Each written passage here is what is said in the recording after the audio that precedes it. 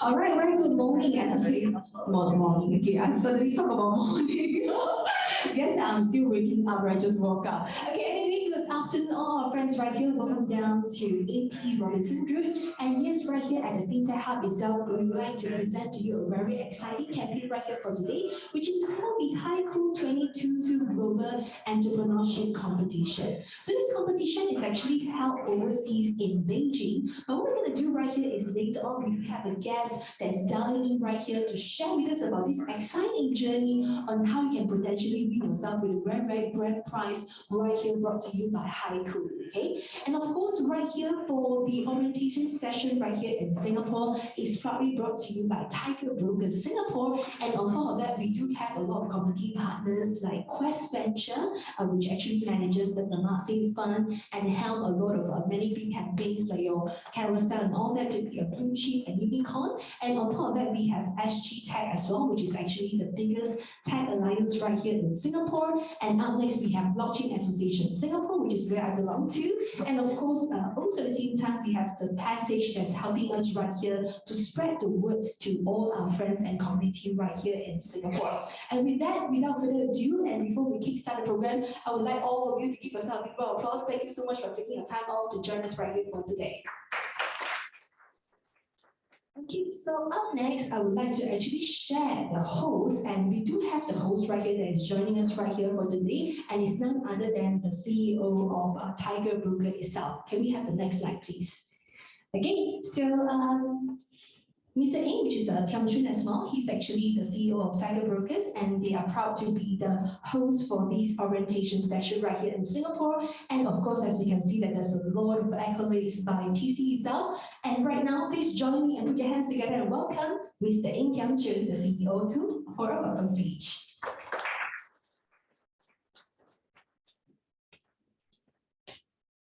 Hi, good afternoon, everyone, ladies and gentlemen. Thank you for spending the time for this afternoon to attending this event. Tiger Brokers are very happy that we organize these events after we have all the restrictions been removed, and happily that we can gather around and have these sessions to share some of our brilliant ideas and also make new friends here. So for these events, thanks for partner here, right, provide us some of the places and all this support. At the same time, of course, together with HiCool, we have this chance to share with you these competitions to let you all understand, know that actually how the current environments and also some of the detail about these competitions. So along the sessions, later part, HiCool will introduce some of all this information to you guys. And at the same time, we also do set up one of the WeChat groups. So later part, please take a photo of the QR code so that you all have any questions, you all can after that do have some follow up with HiCool's friends here. Okay, just in case some of you guys might not still know, hey, who is Tiger? Okay, Tiger Brokers, definitely we are here for 2 years already. MAS regulated, SGX membership for securities trading and derivatives tradings. So some introductions ourselves. All this is currently what we achieved as a group, and also we providing the service to locals and worldwide investors. So worldwide we have 1.85 million of the users currently as a group. So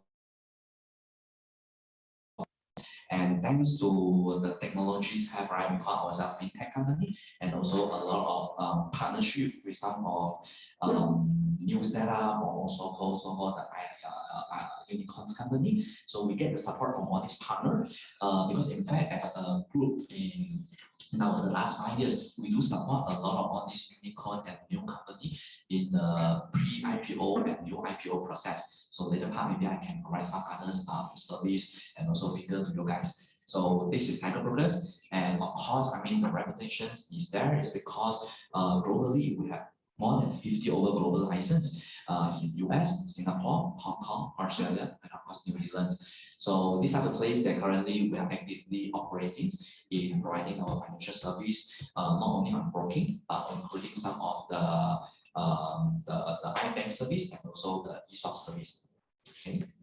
So SGX license last year, we proudly to say that we are ready to be grow further and grow more in Singapore. So we take up one more step to apply to get the approval from SGX for the ST and DT license. So these are the main booking service in Singapore. So of course, these are the few service and product that we offer generally. So for some of you guys, maybe might see us MRT, right, taxi, and also some of the online tubes. So very broadly, just to let you know, the next two slides, just want to brief you more about the ESOP service, more related to today's topic. Introductions to let you know that we do have these areas kind of consultation and service. Feel free to engage us so that we can lead you through to our so-called ESOP team to find out more information and also any collaborations we are looking forward. Right. So previous slide, please. So some of the information here. Yeah.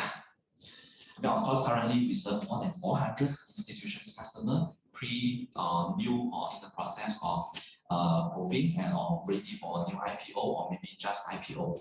So of course, worldwide we service their staff, right, the employee more than 100,000, and more than 370 million total value for all these company, and of course cover more than 30 industry. So I mean, for us, ESOP service we cover the whole full cycles of the IPO, pre-IPO, and new IPO process. So from consulting on the solutions, what kind of design, how the ESOP kind of format you want to be. Then from that, after that, we do have our own ESOP system, right? Which is a one-stop system from administrative, from managing, and from to the end user, which is the employee user interface. So that's also one of our strengths and also one of our star products under the ESOP service. So of course, we also advise whether locally or maybe China, what kind of structures, right? The new set of structures you might prefer also for what's best suitable for your business model. So we do have that kind of experience to share with you guys. All right, the team will help to do all this necessary advice and reporting. And of course, taxations, tax-related issue definitely is always another concern, depend on your structure and your setup. Lastly, of course, financial related service.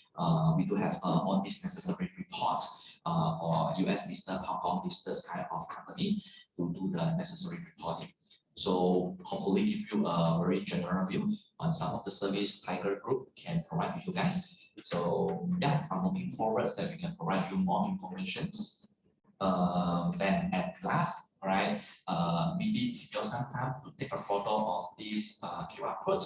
So it's the WeChat group that we created for some of your guys. If you think you have some follow-up questions you want to check with HiCool and check with our ESOP team, please feel free to join the group. All right, let's see and have a so-called interactions with some of the fellow here joining the group to exchange some of the informations.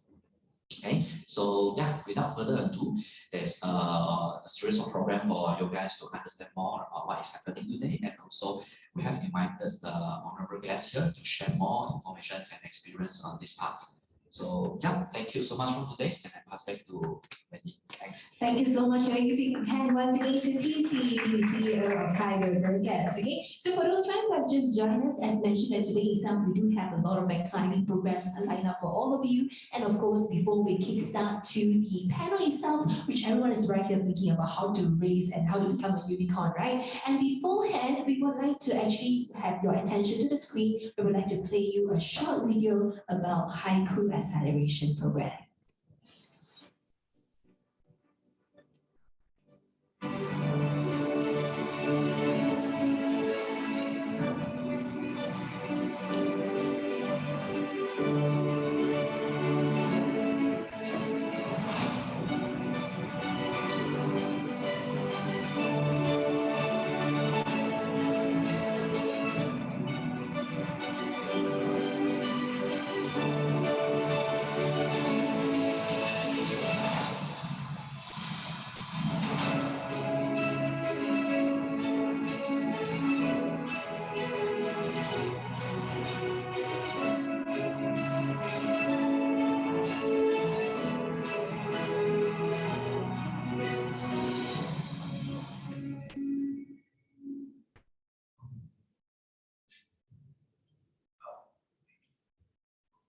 All right, so that is actually the video brought to you by HiCool, and right now we'd like to bring your attention to this thing called the HiCool 2022 Global Entrepreneur Summit and Entrepreneurship Competition. With that, right now, please join me and put your hands together and welcome our friend Darlene from Beijing, and she's gonna be right here. Can we give a big hand to Ronglu, please? Okay, hello everyone. Can you hear me clearly? Yes. Yes. Okay, thank you. Hello everyone, I'm Laura from HiCool. Today I'm very glad to have the opportunity to meet you online and introduce you more details about HiCool Global Competition. So first of all, if you use WeChat, we have a WeChat group for your more communications after this info session. Okay, I will stop here for 2 to 3 seconds and you can scan in.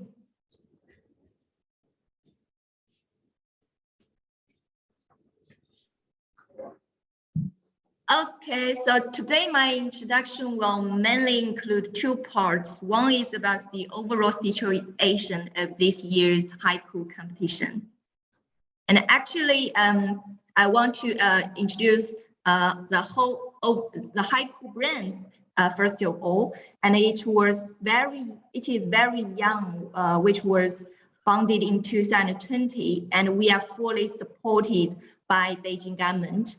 And we are all for startups and aim to provide startups with services they need here in Beijing, which covers 6 sectors, namely the HiCool Global Competition, as you know, and Global Summit.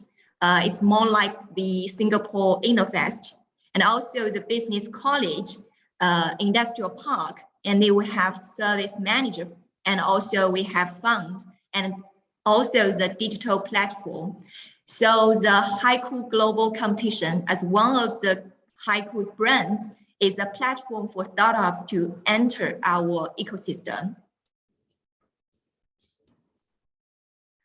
Here, we believe that the connections will create values.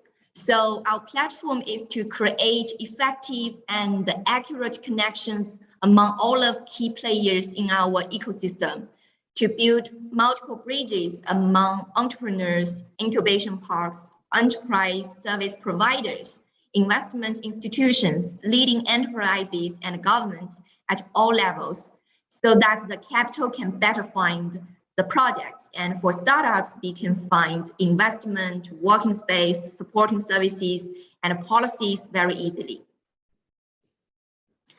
So here I mentioned earlier, HiCool is a platform in which competitions and summits are responsible for discovering global high-quality projects. And for the HiCool service manager, it is to provide lending procedures services.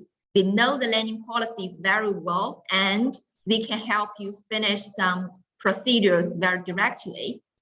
And also, we have a HiCool Business College, which is responsible for incubation and acceleration programs. We also invited a lot of experienced industrial and academic professors here to empower our entrepreneurs.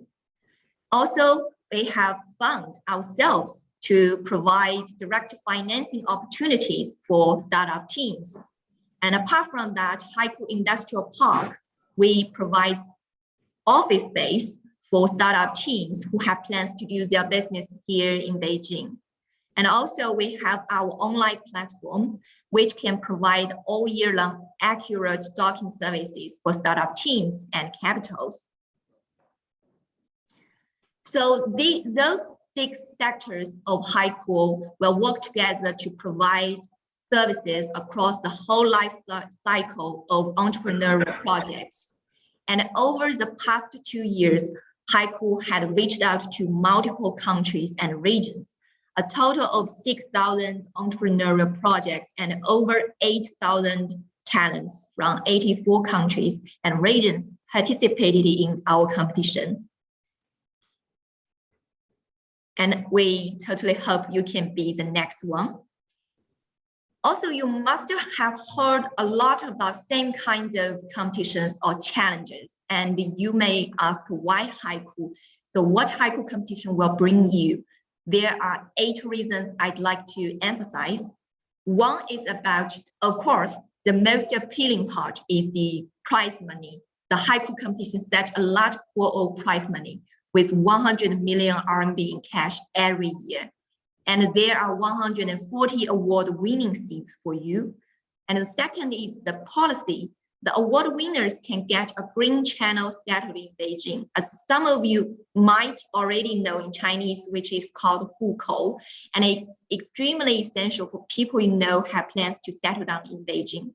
And for foreigners, if you are international by yourself, we cannot help you solve the Chinese nationality, but we can get you the permanent working visa, and you can simply understand it to be a green path if you are among the 140 winners.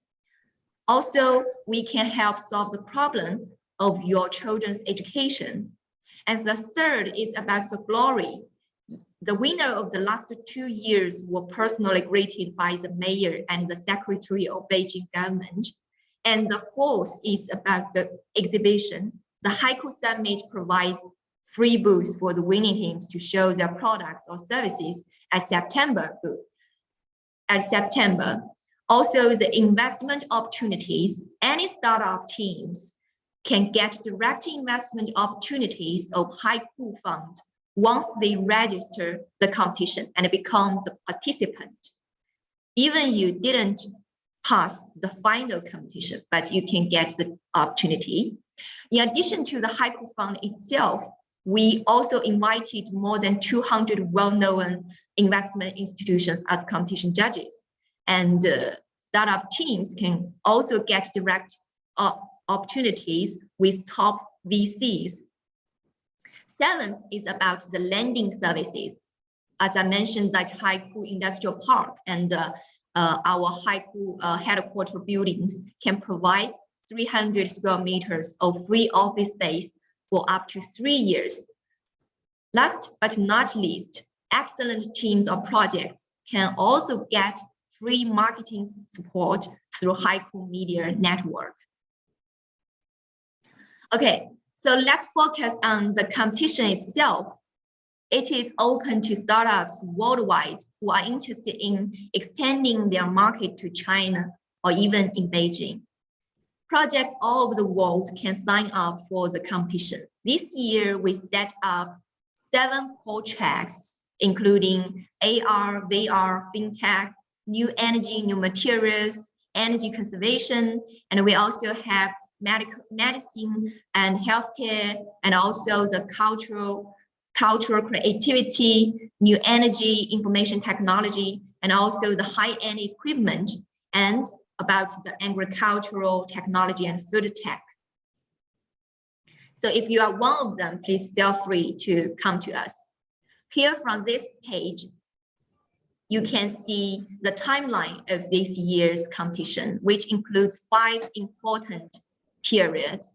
Right now, we are still under the registration period, and please pay attention that the deadline for the application is the end of this month. Only 16 days left, and the registration channel is about to close. So if you have interest to apply, you can sign up through the website as soon as possible. And afterwards, we have online assessment. You can simply understand it as the screening part. And for this, it takes place in May. That will be entirely online. We will have our judges to review all the materials and to give them evaluation, and then to select around 30% among all the applications to go to the next stage, and which is the preliminary. So from the preliminary round to the final round, we have set offline places in Beijing. However, if you are unable to come to Beijing, we can also accept a Zoom call. That is no problem. So between the preliminary and semi-final, that will be between June and August. And afterwards, we have saved 1 month for startup teams to polish up their projects and prepare the final. just in case some startups outside of China who successfully enter the final round, they would have time to prepare. Okay, so however, the might have to follow the, okay, sorry. So the final round will take place offline in late August or September in Beijing, which depends on the situation of the coronavirus, because we plan it to be organized offline. And for the awards, you must be much interested. We've set 140 winning seats altogether, including 7 first prize winners. Each of them will receive 2 million RMB in cash directly by Beijing government and 0 tax. The second prize is 21 of them. Each of them you will receive 1 million RMB in cash, as well as the 42 quotas for the third prize with 500 key RMB in cash, and remaining 70 winning seats with 200 key RMB in cash. Also, you might be confused about the groups and stages when you apply to the competition. So here, as for the stages, we have set 2 groups and 2 stages. They are the overseas groups and the local group, maker stage and the growth stage. I will explain it in details in later slides. And before that, I will introduce a little bit about the basic requirements. It's rather low because we don't have any requirements on your market value or any money you raised. If you have not registered a company in Beijing, you need to have a clear willingness to start a business here in Beijing, or a specific lending plan that might be very good. And you can choose to participate in the competition in the name of individual or team. Both of them are accepted, and the team members can't exceed 3 persons. Please feel free to apply for it. So here for the stages, we have set 2 stages. They are the maker stage and growth stage.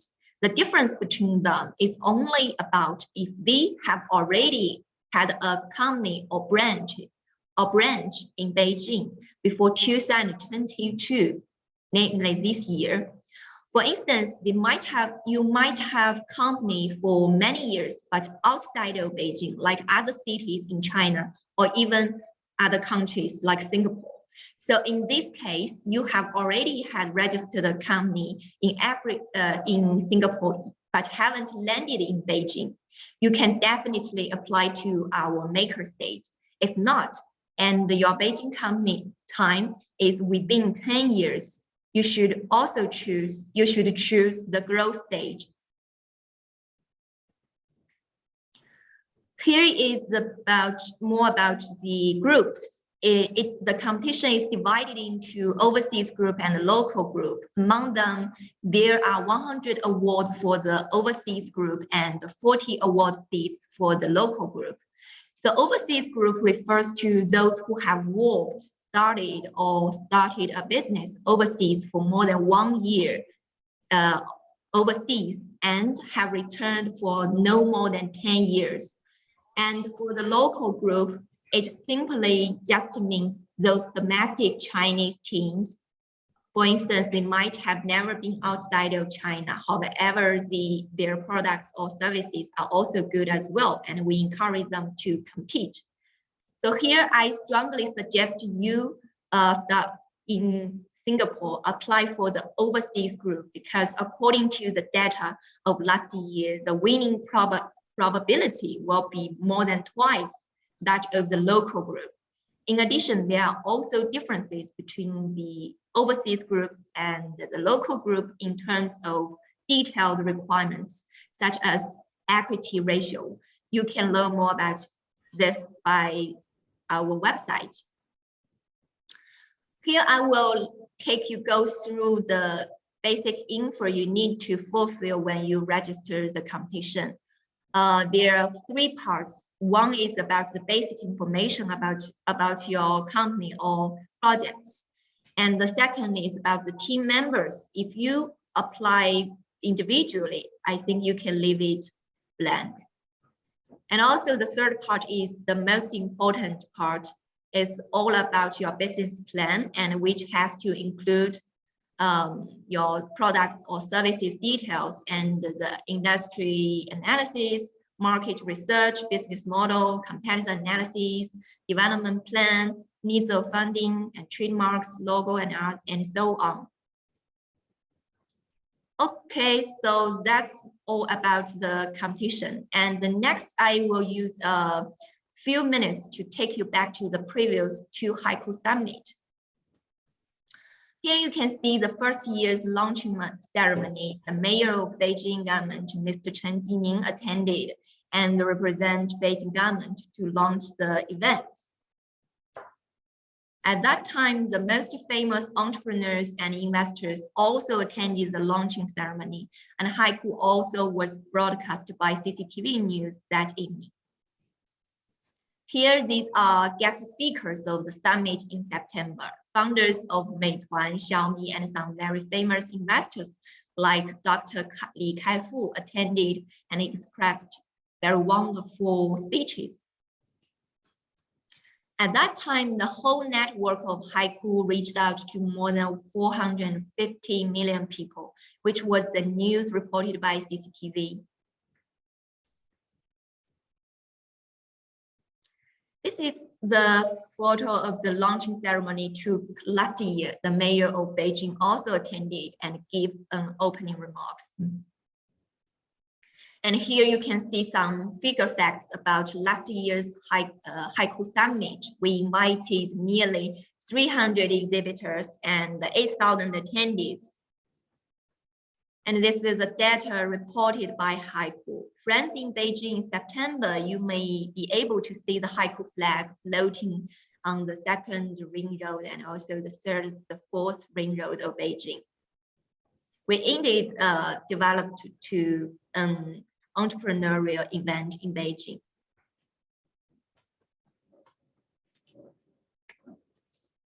And also here you can see our top keynote guest speakers from, well, in Sequoia Bank's chief and the Deloitte Asia Pacific. We also invited some leading enterprises to release their exclusive policies and innovation needs, which is also a highlight of the summit. And here is our exhibition hall booth. The booths have been set up in 11 districts of Beijing to introduce their talent policies and entrepreneurship policies.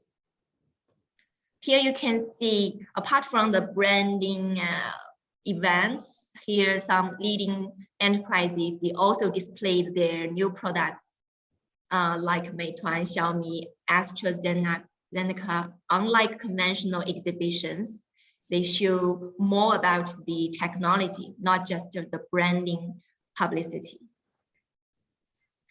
Here, you must be very interested is about the funding town. It is a highlight of the summit. We have set up booths for 40 investment institutions to facilitate the negotiation of startup teams. That is, we can help you connect with more than 40 investment institutions by spending half a day in HiCool Summit.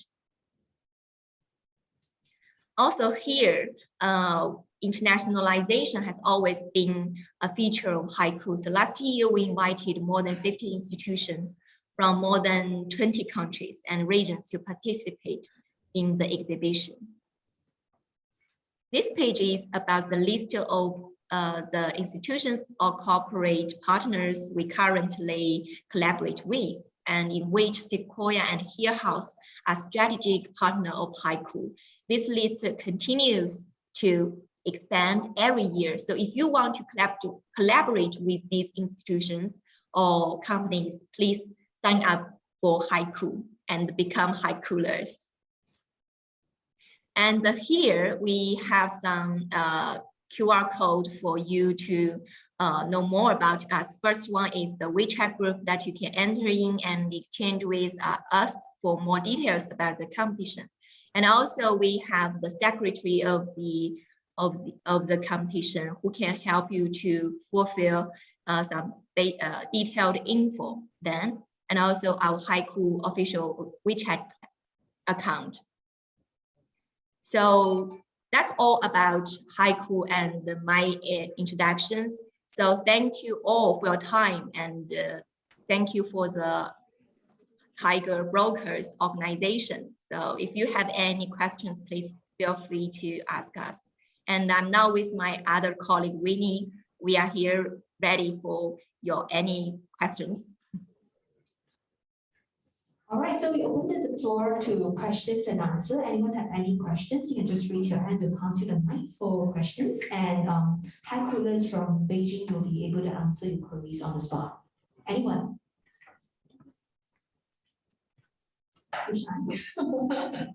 Any question from the floor? No? Really? All good?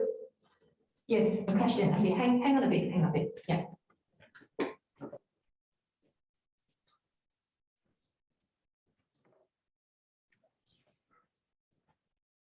My name is Wei Yun. Can I ask how many rounds are there after the application? How many rounds do we have to compete before having this competition in China? Right.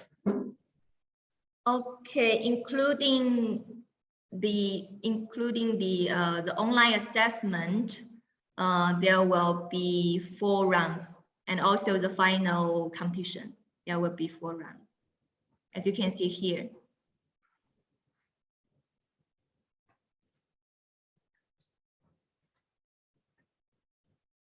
Okay.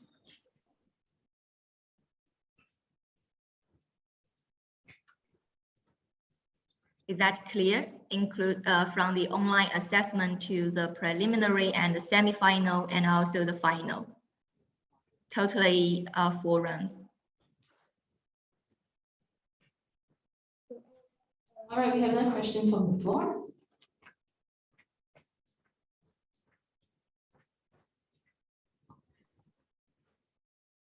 So I would hear my first.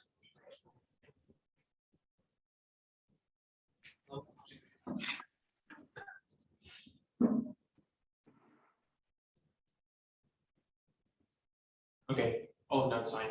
Hi, my name is Ivan. My question is regarding the stages at which startups that are applying are. Is it stage agnostic competition, or do you have preference for, let's say, seed, Series A, Series B, and so on? Sorry, pardon. You mean you want to know which stage you belong to? No, I'm saying, does HiCool care about which stage the startup is? I see. Thank you for your question. I think for both stages, we all welcome them to Beijing here. But for the maker stage, we know that they haven't registered a company in Beijing. So we want more teams like these kinds of teams. They can register their company or their branch here in Beijing. That would be better. Thanks.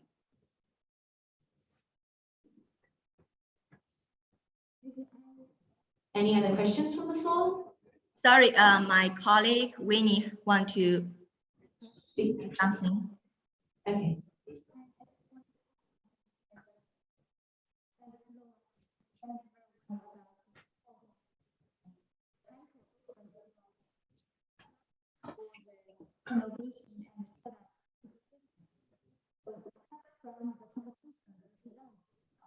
We also have many other activities local areas to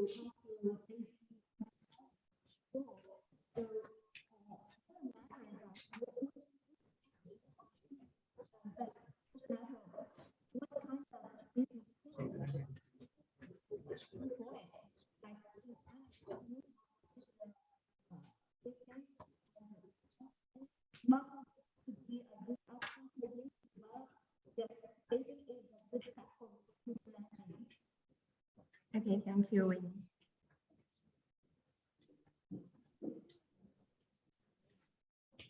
Okay, then we can go for next question. Okay, so I will open the floor forward to the next question. Anyone else? Yeah? No? Okay, Rung, I think we are all good over here. Huh? Do you have any final words to share to all our guests on screen? Those who are zooming in, I think we have about 30 of who are zooming in. And over here live in Singapore, we have about 60 live audience as well. Anything you'd like to share with them before we end off the session?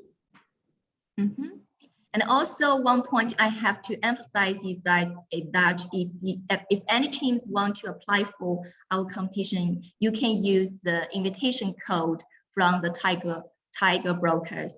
Yes, I think their team's members will show you the code on site. Okay, so I think if there's no further questions from the floor, and I think from people who are dialing in as well, everything is all good. Can we give Rung another big round of applause? Thank you so much. Thank you. Okay, thank you. Bye. Okay, so now time back to Singapore, okay? And once again, for those friends who have just joined us, welcome down. And right now, we would like to put the session to the next segment where we would like to welcome our panelists for the panel speaking session.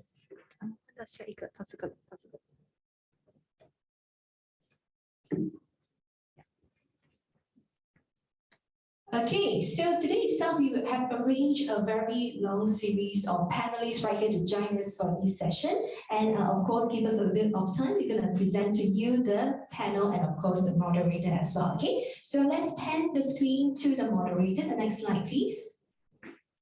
Yeah, so please join me to welcome Jason Tay, the Regional Director of Business Development and Tech Global. He's also the advisor for SME FinTech and moderator for UK FinTech and Payment Club. Do you speak British English? Absolutely. Really? Okay, anyway, you can mask down actually, so that people can see your handsome face. Thank you so much. But when you put down the mask, okay, anyway. All right. Okay, so up next, I would like to welcome Mr. Salva Moti, the Director of Investment, Singtel Innovate. I think that Singtel will launch a new 250 million fund, right? I won't say it's new. We have an evergreen fund. Evergreen. We have a mic soon, yeah. Oh yeah. Coming shortly. Yeah, it's not new. It's an evergreen fund. So the proceeds from our investments we recycle it back. So, Sure. That's what we do. Can I queue to apply first? We're the first to apply. Okay, anyway. Up next, I would like to welcome Lawrence Lee, the Director of Razer Inc. He is in charge of all the investment for blockchain. At the same time, he's the advisor for Moonstake. A big round of applause to Lawrence.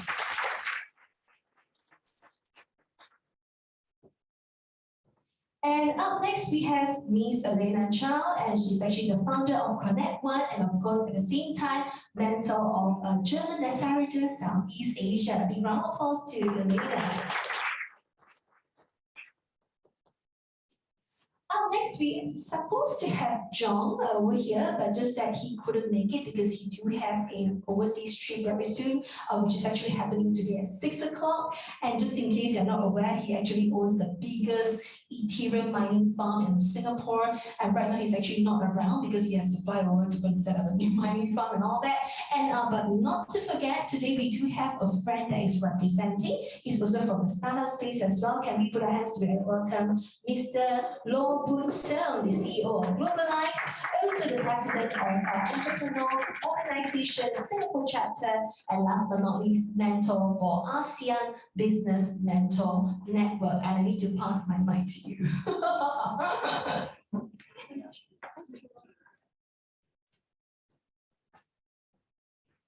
Thanks so much, Wendy. So good afternoon, ladies and gentlemen. Again, my name is Jason, and very honored to be here.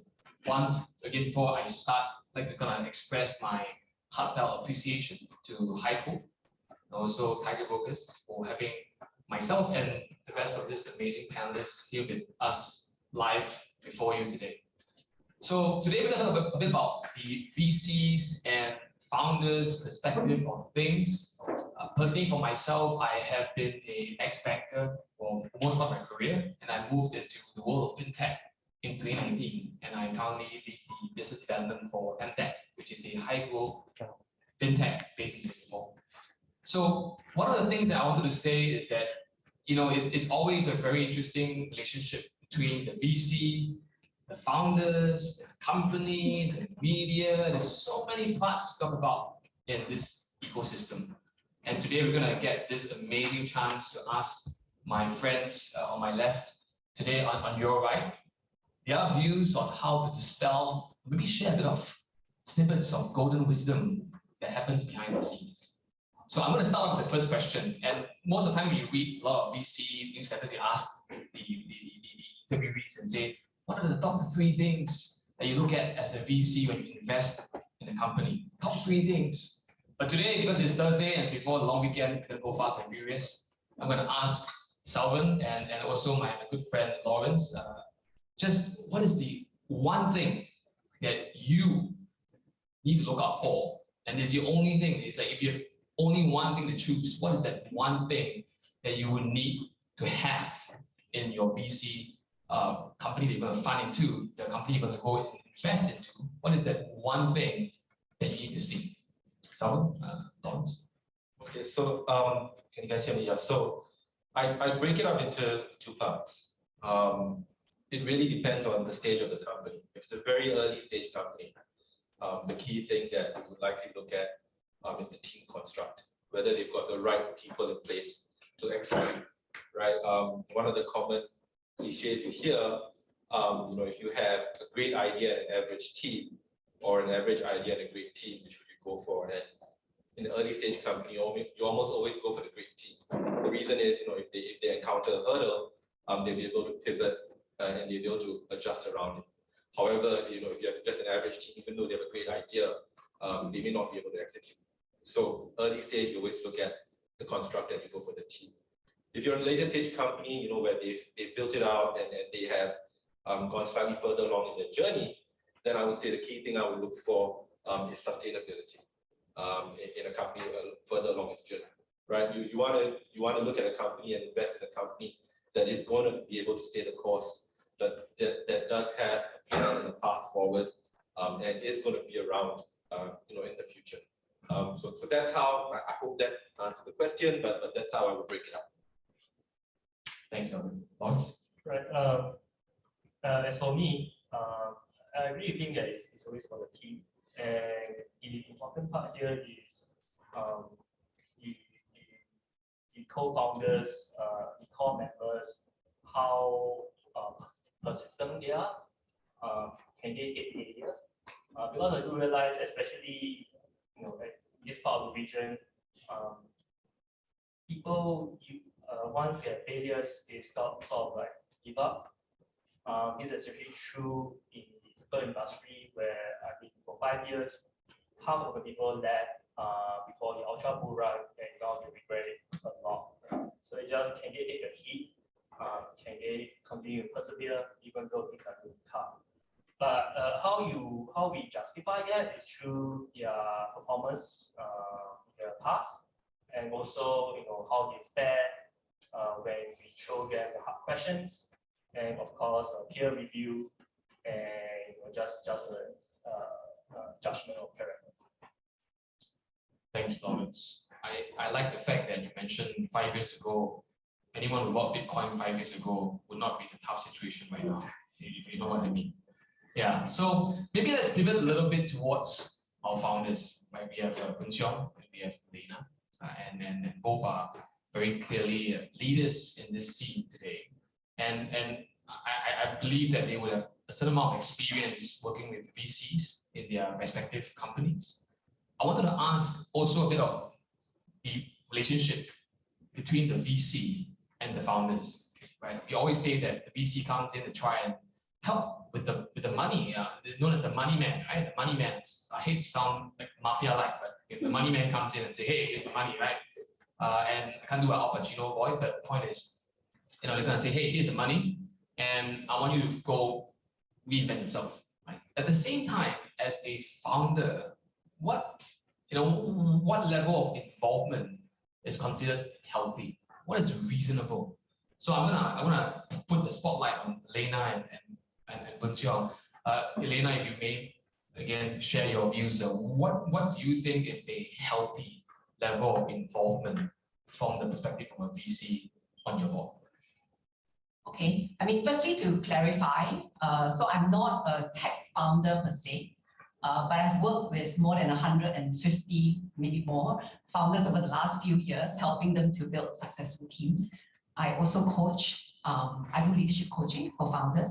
And one of the biggest problems is actually, VC relationship, So I think to me, I would say that it all stems from the founder themselves. I think a founder needs to be coachable and evolving. And once they have that mindset of being coachable and evolving, I think that's when they can maximize or optimize the relationship with the VCs. Because I think all VCs will always want to, give their best ideas. And they, as a new founder, I think we should all take in as much as we can. And with that mindset, I think the founder will be able to learn as much as they can as they move forward. So I think that is kind of what I would say to that. I'm not sure about Boon Siong. I'll just be a bit more candid, right? So I won't say love-hate relationship. We love all VCs, right? But the fact is that at the end of the day, you have to understand that what's the objective of the VCs. For me, one of the key learning points is that learn to see the objective, learn to see the perspective of the VC. So essentially, let's say early growth. The idea is that you have to grow and scale at a certain level, right? And if you can deliver your promise, of course, nobody's going to disturb you. But when you can't, then again, you feel a little bit more pressure. But I see the ideal relationships are those VCs that give advices, right? They share with you ideas, they give you very good advice, and you may not see it sometimes on hindsight, look back and say, hey, that's a great idea, I have missed it. But they don't force you to implement, right? They don't follow up with you, hey, you do this, you do this, you do that. So I see as the coaching relationship is the healthiest of the time. If you talk about VCs, and definitely founders, co-founders, the team needs to be very open, but at the same time, you must be very firm with your plan as well, right? If you keep on saying your team is going to get very, very messy, they'll get a lot of headaches, they don't know. So boss, today you say direction A, tomorrow VC say something, you move to direction B. So I think the teams also need to be very clear, the fund is very clear, what are they focusing on, and integrate all this information and manage that, yeah. Thanks, Boon Siong. I like the way you say love-hate relationship, because my wife and me also have a love-hate. That happens in all human relationships. No, I mean, what I mean is that she loves to hate me. That's a love-hate relationship. But if I may just pose a bit of the spotlight to the two gentlemen on my left. I mean, Salvam and also Lawrence, they invest in companies, they look at companies, and I'm sure they get involved in many ways on how things are being run. But at the same time, it's tough being the disciplinarian, it's tough being the supporter, it's tough being the mentor, it's tough being everything. Right, so maybe Salvan and Lawrence, what are your views? Where is the healthy line being drawn, in your opinion? So for us, when we work with portfolio companies, you try to help them on a needs basis, right? So different companies. If a company is doing really well, the good thing is they usually need the least attention, right? Because they're chugging along and they're getting things done, and by and large, they're doing things the right way. If we have a board seat or if we have an observer seat, we try and give them guidance and advice, try to act as a sounding board where we can potentially be useful, or at least in our case, because we're CDC, introduce them to our various business units. It's actually a little bit more of an art than a science where you say, okay, this company I'm going to do this company I'm going to do that. It really depends on the founder, how he's receptive to it, how receptive he is to your help. You have to play those relationships, right? So I would say that the key to all of those elements and to making sure that it's successful is if you have a good relationship with the founder. It starts from there, that he knows you, he trusts you, you know that you're trying to do the right thing. In other cases where the company is really failing and floundering, sometimes you have to take a really hard-handed approach and insist and come down and say that this is what we need to do, either as a consortium of key investors, or if you're or note holders, whichever the case may be. But the key thing there is, I think when you have the relationship with the founder and they know that what you're trying to do is in the best interest of the company, I think that's where it starts from, and then that's where you'll be able to help coach and guide where necessary. right? And that's the approach that we take at NEU. Right. So for Razer Inc., we actually have a balance sheet fund under Z Ventures. So what we do is we try to look for companies that's relevant to our GameFi, DeFi, or even our Z Ventures mandate. And how we can value add is that Razer is a lifestyle brand for gamers. We have a bunch of million registered users with the hardware, software services. So from the co-marketing point of view, from a social media point of view, from a network point of view, there's a lot we can offer. The challenge is building a balance between are we helping too much? Is the company expecting us to handhold them? Or is it the company approach us proactively to say, hey, next quarter I'm going to have this campaign, I'm going to with this feature, how can Razer help? Actually, from our point of view, we prefer for the company to lead, because from the start we always be very clear on what we can offer. We're very clear on what sort of resources we have on hand, and we would like the company to be more proactive. The reason being because if we are the one babysitting you, or we are the one asking you what's going on, something is wrong already. It means that it's either we have not been following up with you, or you have not been proactively updating us. So we always like to have the company proactive, but at our side, we make sure that we have the right resources and we communicate properly to get what we can offer. Thanks, Lawrence. I just want to recall something when I was younger. I love Razer products. Buying a mouse from Razer, it's going to cost you on average about 5 mouse to buy from another company. But it's okay. It looks cool, and you can show off to your friends that you are really good. You are a pro gamer. But I wanted to say that sometimes when you own a Razer mouse, you kind of feel that your goal is to join Razer someday. Okay? Why I'm saying that is because I wanted to ask Lawrence. So was that number one the reason why you joined Razer? And number two, when you look at companies, for example, did you ever feel like, wow, this company I'm invested in, I wish I was this part of this company because it's so good, right? It's better than Razer, for example. Was there ever a moment that you encountered? So the reason why I joined Razer is because of the relevancy to the current blockchain crypto trend, and the opportunity because I'm reporting directly to the CEO and creating a whole new view and whole new approach extension to our own operations. I have never wanted to join a company we invested in, but I'm highly jealous of some of them, especially of the amount of earnings and revenue they have. Case in point will be YGG, which I personally love, and I know the co-founder. He was really suffering very, very hard, being the CEO of a very small game studio in the Philippines. He took the plunge, he helped exit Niki, and the rest is history. They raised a lot, the tokens are valued at a very high price, everyone's looking for him. And he only joined the crypto industry for like less than 2 years. I'm highly jealous of him as well. But it's more like, it's a sort of motivation, because if they can do well, in a sense, Razer can do well as well, because we'll value add again. And also because from an ecosystem point of view, in this part of the region, be it whatever business you are, industry you are, in this current challenge, as any businesses prosper, it'll be better for the country as well. So it's always just helping each other, jealousy aside, making the industry grow, make a startup system be more vibrant. Thanks, Lawrence. That was a very good answer. So clearly he didn't join because of the mouse. A little disappointed, but okay. All right. Selton, what about you? Was there ever a company that you invested in that you felt, I wish I was on the other side?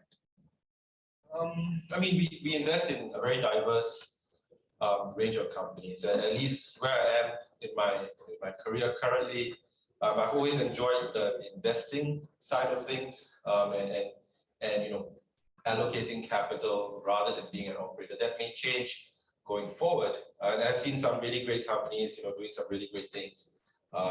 Investing in them from Series B and when they hit unicorn. So I'm happy for them. I'm happy that the capital grows. But personally, I would say that I still enjoy being an investor versus an operator for now.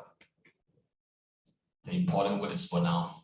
Okay, so yeah, so I wanted to maybe pivot a little bit because today we spoke about HiCool, the competition, and as companies evolve and grow, there's always that saying in Hollywood, no news is bad news, right? So you could have some news. I'm not saying that Justin Bieber type of news, but about good news, but news that creates a bit of attention. So I'm going to ask our dear panelists here, a lot of times in the fintech industry, and Elena, you advise companies and CEOs and founders, and there's often this topic about how much do you hype? How much do you rah-rah your name? And how much is considered healthy? How much spend should you put in marketing material? How much spend should you appear in the news? Where is the line drawn when it comes to that? And again, this is a really wide question because different people have different views. I come from a company called MVAC, and my CEO is of the view that, if you're good at it, it's like the roast pork, Chinese we call bakwa, right? In Singapore, this company known as Mei Zhenxiang and then versus Lim Jiguan. So Lim Jiguan, for those of you who know, is supposedly the top roast barbecue pork company, but they hardly do any marketing as opposed to everyone else which does non-stop marketing, right? So we cannot went with the let's not market, if we are good, but then that's also changing with times. But I wanted to ask our panelists from their perspective, maybe Elena, you can start from yourself. Where do you think, when you speak to the CEOs and even from your own perspective, where is the hype drawn too much and too little? Okay. I think first of all, I think optics is important. So in startup, unfortunately or fortunately, we need to put forward some sort of optics. That's the right word. So from your founding employees, sometimes you hire the founding employees not just because they're good, but because they present a certain level of optics. So whether it's the background, the industry that they come from, the school that they come from, or the track record that they had. So I think optics is important. And I've seen founders leverage this really well by putting themselves out there, by creating the right kind of news. They attract the best employees and they attract the best investors, or at least they come to you, So I think that is important. But at the same time, if you are focusing so much on optics that you forget your fundamentals and why you're here and what are your key milestones in building the business, I think that's where it's a slippery slope. So in the last 2 days, I think it's controversial, but in the last 2 days, you might have read the news about a very hyped up Series D startup where the CEO was removed. So if you know about this startup, in the last 3 years, they were like poster startup for this industry. They were the first in the B2B e-commerce space. There was so much investment. The founders were from McKinsey, and blah, blah, blah, blah, blah. And the optics was so hyped up. But I guess, I'm not sure, I'm not here to comment, but I guess maybe there were certain fundamentals that weren't right. There were things that I noticed about how they executed on certain things as well over the last 2 years that could have led them to the situation. So I think optics is important, and investors will love you if you put your right optics together. Employees will love you. But as a founder, just ensure that you've got your fundamentals right and you're here to build the business as well. So that's what I would like to just share. Thanks, Elena. What about you? For myself, I think it's a fine balance. Actually, we won't know what is excess and what is too little, right? Until on hindsight, when you look at everything again. But optics aside, I definitely agree with Elena here. I feel that the other part is very important is the narrative, the story itself. The story doesn't need to be, you don't need to spend a lot of money to tell a good story. But I think at every juncture, even for myself, our company, in a remote workspace, we wanted to tell people who we are and why our purpose, who we are as a person. In many cases, I noticed that it's very important to be as authentic as you can. Of course, you want to put some optics, but as authentic as you can. Even for myself, right? Like the very first investor that put in money with us, he's not interested in my business model, actually. He roughly knows what's happening. Actually, he's more interested in me as a person. He was like interviewing my, where do I come from, what do I do when I was young, and stuff like that as well. So I think the narrative is important. And the narrative also, I find very important, for example, when I go to town hall with my employees who is working remotely globally. So what we do is that the story of why we are here. Every time we do that in a town hall session, it seems to bond the team together. It seems to bring everything back into alignment together. And I think narrative for me is a very, very key part. And you don't need to spend hundreds of millions on Facebook marketing in narrative. It's just that you need to find different channels to address that as well. So that's my take on it. Yeah, thanks, Mitchell. I think your face is the book. That's what you're trying to say.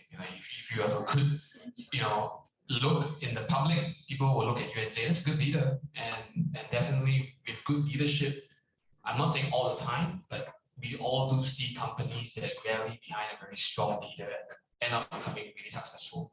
Lawrence, I mean, you mentioned, you report directly to the CEO. Min Liang is no means unpopular or not popular. He's super popular. I mean, again, I thank him for my mouse. But from your perspective, when you look at it from your view, what do you think about this topic about hype? Because you guys are the hype. You guys are like super hype, right? Yeah. So so Razer do hype our stuff, and we have a CEO who's an influencer himself. So it's very interesting to have a front row seat to get. And compared to myself, I think it boils down to first the personality of both your company and the brand and the founder. So case in point, Ming is more outspoken. He's more out there. If it's like me, I'll be very private. So you get inside view, I'll just build quietly and get launched like similar to your boss. So it's very important to know what industry you're in and what sort of company you're building and what's the product you're building. If you're a consumer brand, then obviously you have to be as loud as possible, but you need to follow some sort of branding or your proposition to make sure that you do not deviate from your brand story. The other thing I get very worried about because of my background is visual marketing is the money spent. So a lot of companies feel that I shouldn't be spending money on marketing. I shouldn't be spending money on sales. I actually get very, very worried when founders tell me they spend like 100% on product and then only 20% to 30% on marketing. I feel like, really? Then you build a great product, then who's going to use it? They say, it's okay, word of mouth, etc. So do you have a plan? We will think of it along the way. Do you hire a CMO? We are still thinking around like, my gosh. So the important part is marketing and sales is a very important aspect of the business. You can have a great product, but if no one knows about it, you are gone. And the rule of thumb, you should at least have 50% of your budget or at least 30% allocated to get with very clear milestones, very clear objectives, with a branding story, with what you're going to communicate externally and internally. If you do not have that, then you have no guiding star. Then you're going to have a lot of trouble, especially once you reach a certain stage where you're more mature. Then what is a company doing? What is the proposition? So those things need to be very clear, and you continue to emphasize. Just curious, Lawrence, the company you're talking about is a big one. It's just might very well be. We don't need to market. Look at the queues. Queues are too long, right? But Salman, what do you think? I mean, from your perspective. So for us, right? I mean, if I were to put my role as an investor and my investor hat on, we need to be very wary of like, right? And the way to manage that is to focus on fundamentals of any business that we look at. For a period of time, when the hottest thing around was blockchain, every company that comes to you tells us they're a blockchain company, or they have an angle to use blockchain, or that there is a way that they're utilizing blockchain that's different. And when that comes across your plate, then the question to ask is does this solution really need blockchain, or are they just using it because it's a great marketing tool and it gets you in the door? So that's the question that we try to work with. and understand the root of it, whether the solution itself that they're presenting, whether that specifically needs blockchain, what's the exact problem they're trying to solve. So we separate that, we separate the whole hype around blockchain from what the business is actually trying to do, and figure out if that makes sense. And that's how we would derive whether we would make that investment or not. Similarly to blockchain back then, now everyone's jumping on the Web3 bandwagon again, right? So if you are working in the Web3 space, what are you specifically trying to do? And the problem you always, or the question you always ask as an investor is, what's the specific problem you're trying to solve?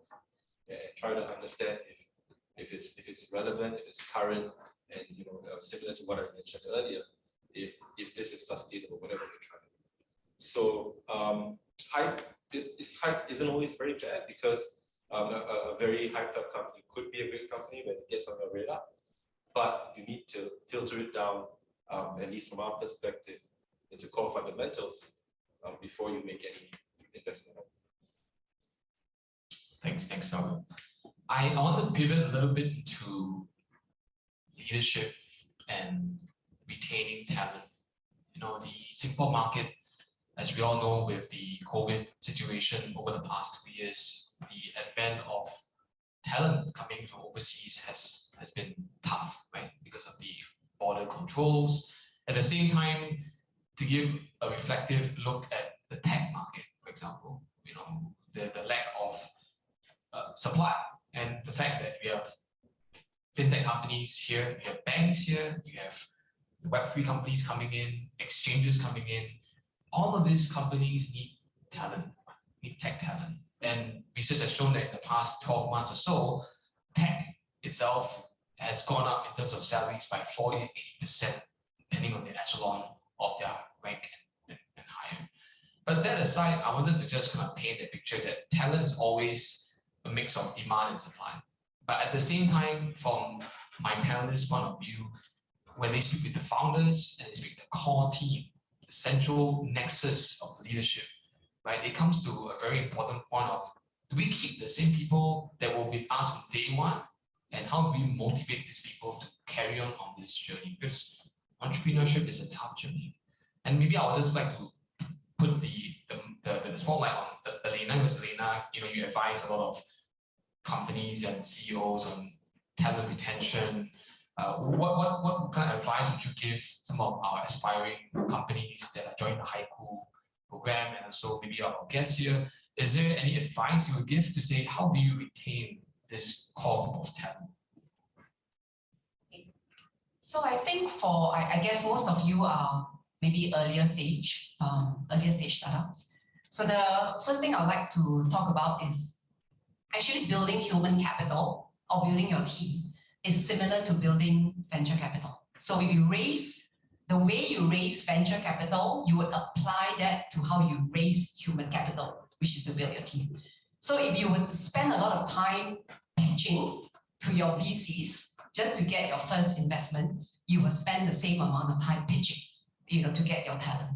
Because there are 3 things that will work at the earlier stage of a startup when you're building your team. Number 1, you will look for people with 3 M's, I call it. The first is the motivation. The second, the mindset, and then mastery. So the motivation is super important in the early days because you are constantly changing. You never know what will happen tomorrow from today. You never know what spanner will hit the startup. So if the motivation is not aligned, you will soon lose that person. So I think motivation is super important when you are building your startup. And how do you assess motivation? You need to be able to sell them your idea. So the same way you would sell the VC, you spend most of your time pitching. And once you bring someone motivated on board, and sometimes I say this, right? When motivation meets the mission of the founder, magic happens. So the early days, a lot on motivation. In the later days, and I think there's this saying, right? Startups are built by generalists and scaled by specialists. So when you are in the later stage and you're scaling, that's when you bring in specialists And by that time, motivation may not be so important, but mastery will be more important. So I think at different stages of your startup growth, you'll be looking for different talent. And if you find the right mix, retention will come at the same time. So I think that's my 2 cents. Thanks, Elena. I wanted to just say that when you mentioned 3 M's, I thought it was money, and then money again. But okay, all right, okay, what do I know, right? So Boon Siong, what about you? I mean, you are a founder, you're CEO. I'm sure when you came on board this journey and you had this team that was with you, how was the journey like in terms of retaining the core team that was there for you? Can you share some stories with us so we can all learn from that journey? Maybe I just start off with this overall experience, right? Managing people. So before I run my startups, this is my 3rd startup. I've worked with Singapore Airlines, and after that, I run a consulting firm. So I do have some experience looking at it from a corporate angle, from a traditional SME angle, as well as from a tech angle. And I would say that what I notice is that overall, motivation is not something that we can be too deliberate. When the company is growing, when the team is bonding well, and you get the right people on board, to me, very, very important, it's all about the right people. The right people do not need to be managed, the right people do not need to be motivated, actually.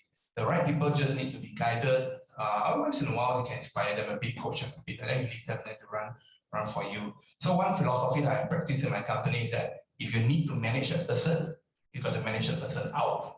Because if you need to manage a person, that means that the person either is weak in capabilities or weak in, I would say attitude, mindset. So it could be one of the M's as well, right? So that's typically the philosophy I practice, to see whether it's someone that's worth keeping or not. Yeah. But as we move towards, because our company being in the remote workspace, helping companies to do what we call global hiring on a remote team, basically onboarding them, managing payroll around different countries in the world, we also practice remote work. So I noticed that in a remote working environment, which more of you will be encountering that, it takes a slightly different approach. And I'll just share a few points here. Because your teams are no longer with you, you can't manage the effort, you can only manage the result. And you can't force them to log into Zoom all day round. I know some SME owners in Singapore, they force all their staff to turn on the computer and make sure they're there working in front of the computer. That it is happening, all right? So one thing as a leader is that I err into this space called over-communicate. So I've become very, very, in Chinese, they say law saw. I'll just keep on repeating certain things. Because sometimes in a virtual communication, you say something, most likely the person maybe get about 20%, 50%, or you may be disengaged, right? I mean, all of us experience that, myself as well. If the Zoom session is too long, I'll just switch off. So sometimes you just miss the communication. So for us, I noticed that I need to repeat the same message many more times in many more occasions. So over-communicate become one strategy that I use. The other thing is that I would say, apart from getting funds, the CEO role is about managing the culture. All right. In fact, in my company, my job is only two. I tell people to talk to the investors, talk to the staff.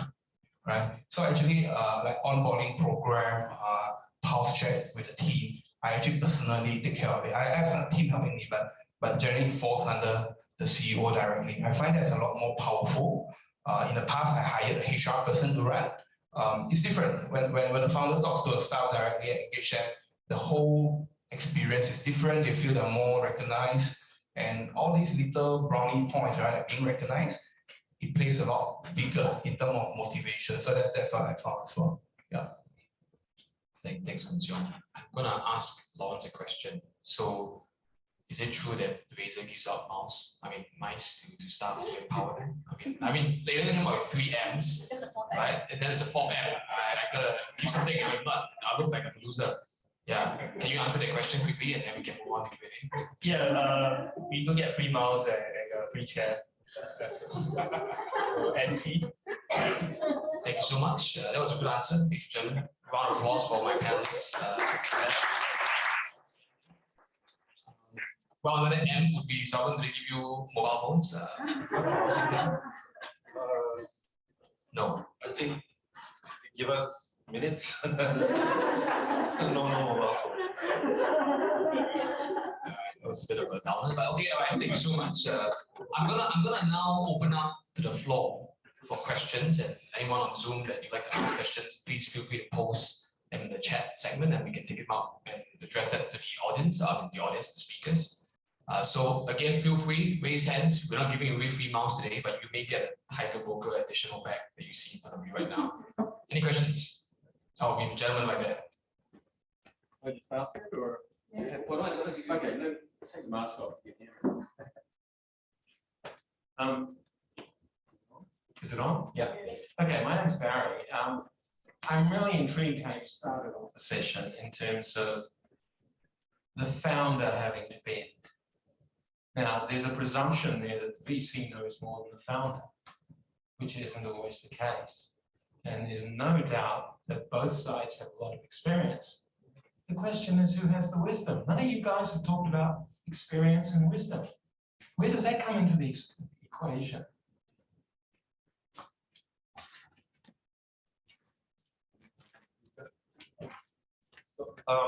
And by wisdom, I mean the application of knowledge for a whole host of reasons.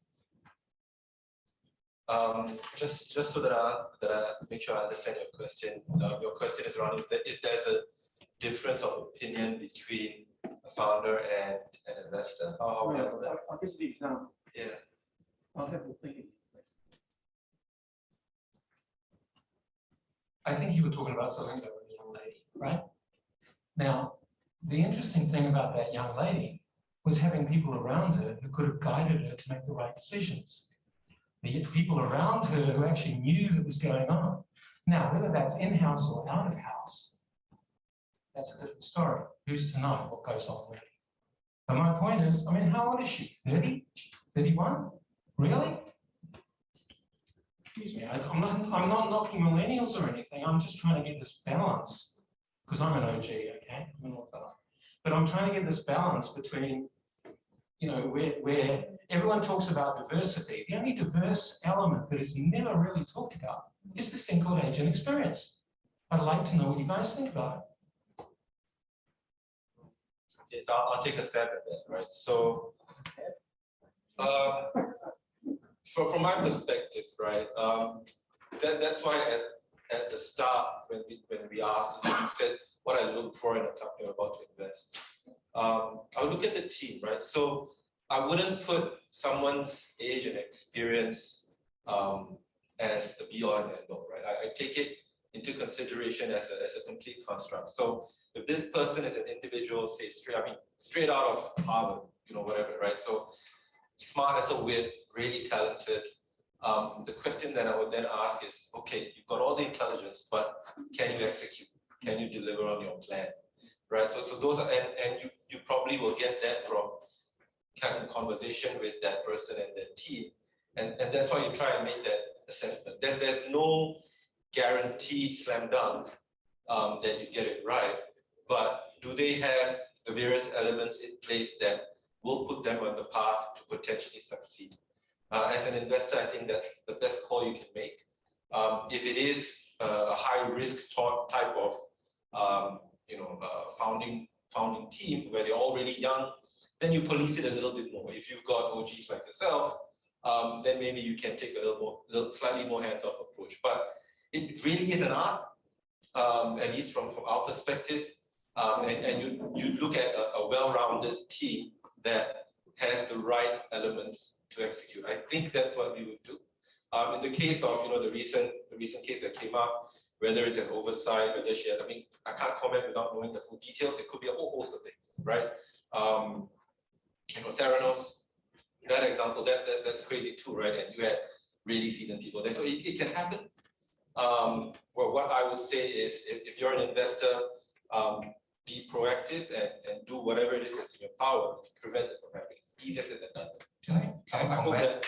Yeah, can I comment from a founder perspective? So sometimes I realize, right, given my own experience, what you present initially is very important.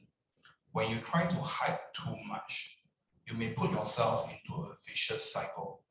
when you hype that you're going to do this, you're going to do that, you're going to do that, then you try to achieve it. But what if you fail? And I see that's when we started to step on this slippery slope to say, I'm going to put up some optics here and there, and that becomes very, very dangerous. So for me, is that as a founder, even for my team, I always emphasize the point about authenticity, right? I mean, yeah, that we might not be able to hit that high valuation because we are not so high up, but at least to me, the measure I use is that can I sleep at night after I say the thing to the investor? So that will be my approach as a founder. Yeah. So I just want to add on at Razer, my first month there, I was asked very politely never to mention age and never to judge someone by the age. For two reasons. One is offensive and you do not know the person well enough to judge him by any sort of means, and age is just a measurement. However, the other consideration is what can he bring to the table, which is the actual wisdom.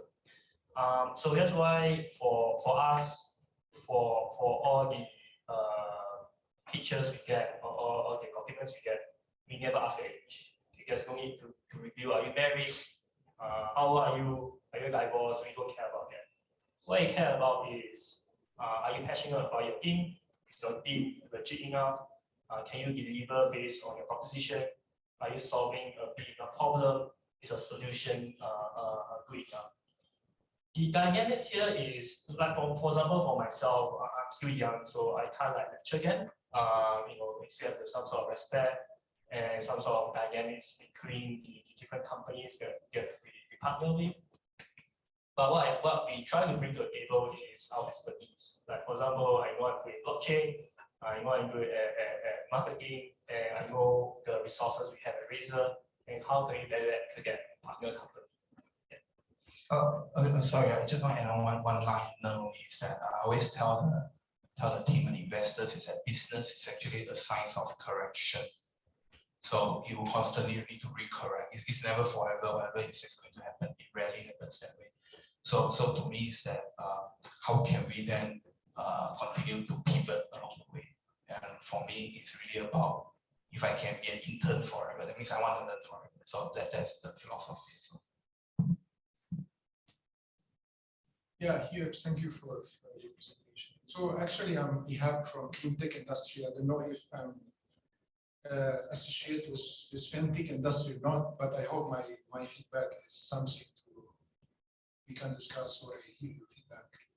So actually, I had previously PC in my company like 5-6 years, and I have to say it was a very negative experience, and we ended this relationship. So what I want to say here is the VC community, if I'm allowed to comment on this VC relationship with SMEs, is not that life. I mean, this VC culture is taken from America, Europe, and they are trying to do having nice, fancy offices, 140, 150 registered as a VC in Singapore here.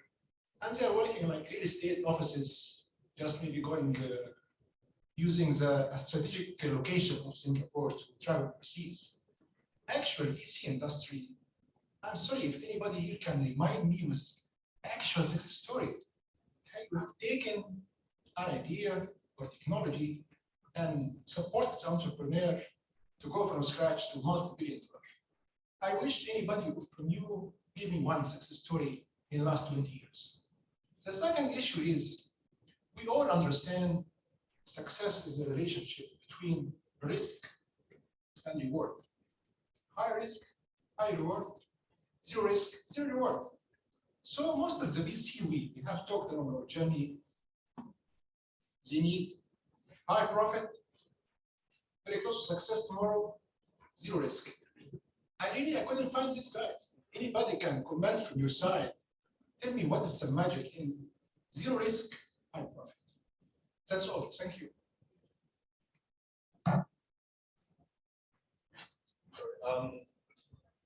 I caught the last part where you said zero risk, high profit. I don't know if that exists. I personally haven't come across it. Your other question about companies that have been invested by VCs that have hit unicorn status out of this region. There are a few in our portfolio. So for Innovate, we invested in Caro early on. That company is doing really well. We invested in Predivo, which recently was going to do a $2 billion spec, but because of market conditions, it didn't work out. We invested in Shopback, a platform that many of you would be aware of. So I think there are success stories. The big one that achieved a whole bunch of Grab, they listed on the stock exchange via SPAC.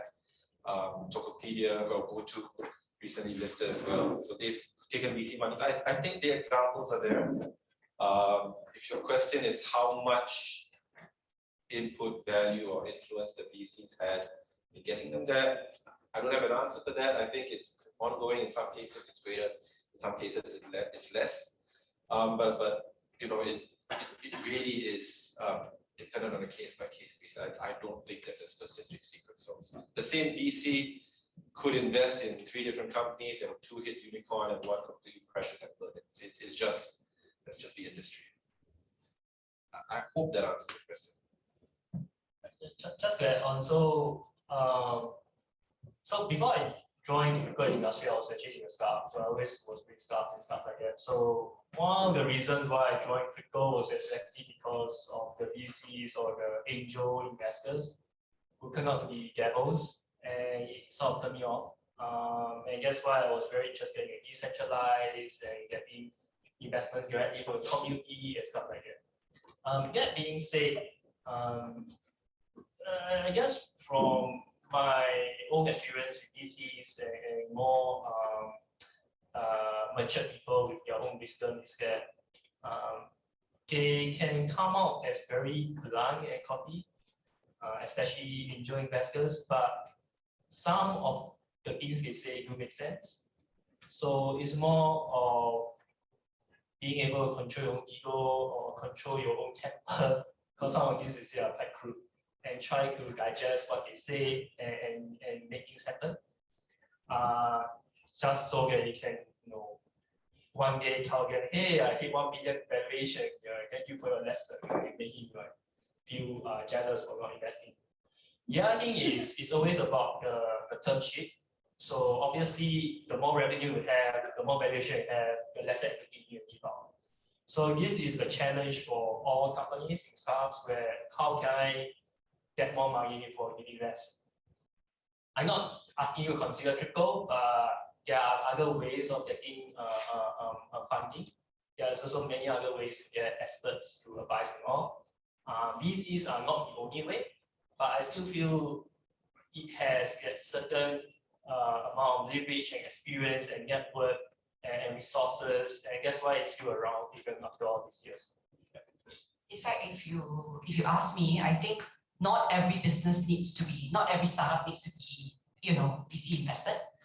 In fact, the founders that I've met who have good track record, who have experience, would actually delay as much as possible the VC funding, right? Because they're sure of their own game plan, they're sure of their own milestones, and probably sure of what kind of money they would like to take at what stage.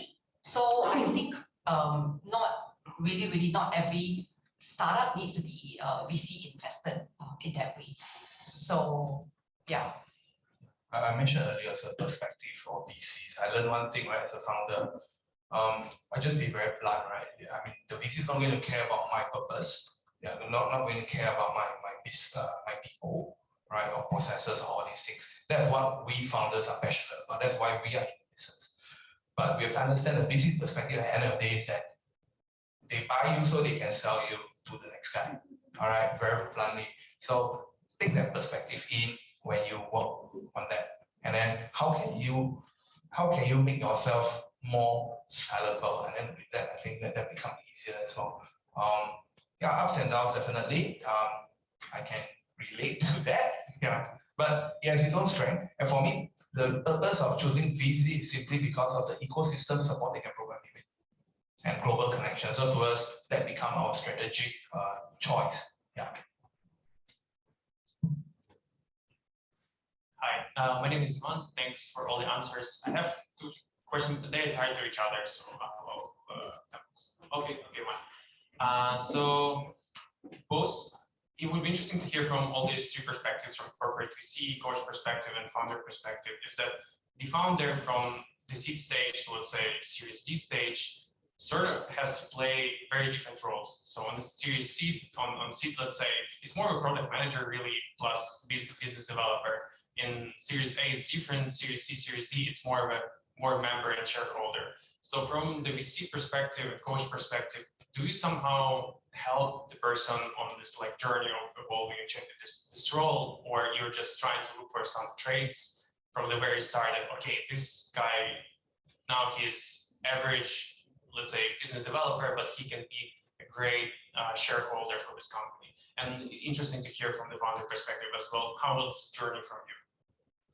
Actually, if I can take that, because this is fresh off my mind. I'm actually currently coaching a founder, Series B, and I've seen many of these things happen. So he's a great storyteller, super narrative.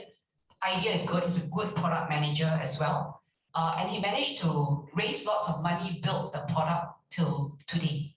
But his current situation, the last 6 months, his team has scaled double in 3 months, and he's run into a rut that he has never ever done before. How do we manage suddenly from 50 to 100 people, and the whole team in 3 months has completely turned in terms of culture to a very toxic and negative culture, and he's completely lost. So I think a founder that can build it from 0 to 1 may not be the same person that can build it from 1 to 10 or even 10 to 100. And I don't think as a VC, I really don't think you know whether this 0 to 1 founder that you've invested in is going to be the right person for 1 to 10 or 10 to 100. There's no way of telling unless they have track record. But if they're fresh from school, there's no way to tell. So I think it's very much the founder needs to be super aware of what their strengths are, what value they bring at the different stages, and be willing to let go at some stage. So I think with this founder that I'm coaching, it's come to a point where perhaps we need to find a new CEO. And so I think those are that's my perspective. From my own, I have an unfair advantage that I used to work in a corporate, right? So I feel that if I work in corporate, when I look back, I was managing Indonesia for Singapore Airlines back then. When I see that, and when I start bootstrapping initially, I roughly know what will it be like when I reach there. But unfortunately, not many startup founders is able to relate to that. But you don't know what you don't know. It's really, really very, very true, right? So for me, I understand the importance of building foundation. So everything that you want to scale, from your sales system, people system, process, operations, finance, we want to get it right from day one. So that is just very important. How do I get that foundation right? I'm not expert at everything. I just need to make sure I surround myself with sufficient friends who knows in all these areas, right? Whether it's legal, finance, HR. Some of the worst sad story that I hear from my fellow entrepreneur friends is that they do very well, but when they were about to exit for a sale, the due diligence failed, which is usually either finance, accounting, people, process. So for me, it's about building foundation. But if you ask me, how do I embrace this? I don't have a secret. I just take it as a growth journey myself, one step at a time. At any point in time, just make sure you surround yourself with enough people and you ask. So for me, I'll be a student forever. I just want to learn. I'll have multiple mentors. And I'll notice that actually in my journey at different stages, my mentor changes also. So I think that becomes very, very important for me. Okay, great, thanks. Okay, so because due to time, you left with actually the last question over here. So if you do have new question, you can always approach them later on. We have food over here for you to network around, okay? Thank you so much. So my name is David. Just a very fast question. So from a technology point of view. So in 2017, we saw during the ICO blockchain mania, how fast is to connect investor to startup, just one click to fund with millions startups. And now we see invest a lot in blockchain startup, but they never use this kind of technology to scale up the process of onboarding with them, So to go through a VC process, you have to do a lot. So it's very time consuming, and you have to do all the same with each single VC, all the process, So they still using all the technologies, to do the VC process. So I'm wondering why they invest in blockchain and they never change the technology they use to do something different, So let me answer it. I've done startups and I've done NNC digital innovation. I'll be very frank, like enterprise adoption is actually the toughest challenge for any person. So to answer the question, so the upper management will have this hype because everyone reads the same news like, oh, blockchain is interesting. Then when you go down to working level, and this is where all the pilots, all the initiatives, all the partnerships, 90% of it will fail. The failure rate is very high. That being said, the reason why companies are looking at blockchain is because, especially if you are public listed or you're going for a next round, you want to ride your hype in order for your own round to be higher. So it's balancing the fact that you want to ride your hype and making sure you can execute and deliver wherever you want to do. So to find a balance, you have to be realistic. And unfortunately, for the bigger the company, the more resources they have, you can do anything and everything. But once you go to working level, realize. So you just have to be very realistic and know what's your limitations. And if you want to ride your hype, just make sure you're riding the right purpose. Yeah. Anything else from the panel? No? If not, can we give a big hand to the panel once again? Once again, invite Mr. Eng Kyung-chun up on stage, the CEO, but we're going to give out a lot of prizes to all our panelists. Thank you for the slide. So everyone, go around. We hope that they have a very good sharing session. Yeah, I think keep exchange contact and we need all these things that happen to make business and whole ecosystem work. Right. All right, so I'd like to pass on the first goodie to Jason Tay, the moderator. Big round of applause. Lauren from Sintel, Innovate, and Lawrence from Razer, and Elena from German SRA, the Southeast Asia Big round of applause. And last but not least, okay, group photo, please. You will take one without the mask. This one you cannot go public. Later with mask, and it can be without 1 meter. Okay. 1, 2, 3. 1, 2, 3. Okay, I'll suggest that right now we do not put on the mask first. Let's stand 1 meter apart so that you can take a photo that you can publicize with your handsome and beautiful face. Okay. All right, 1 meter apart, please. Okay, great.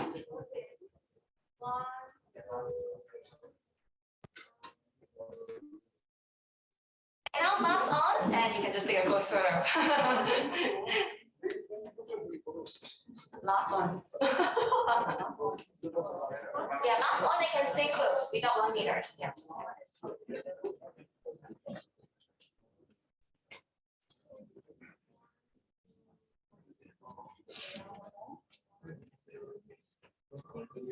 Okay, can we give them another big hand once again? So on behalf of HiCool, represent all of you for being here. And now the door is actually open. If you like to make your way off, you can do that as well. Else, if not, please make your way to the left-hand corner. We have a lot of food over there, bento set, and also drinks and all that as well that you can serve yourself. And meanwhile, do continue to mingle around. That will be all the friends right here and make a lot of contacts. We wish you a very, very good day, and of course, also a pleasant long weekend ahead right here for this weekend. Thank you.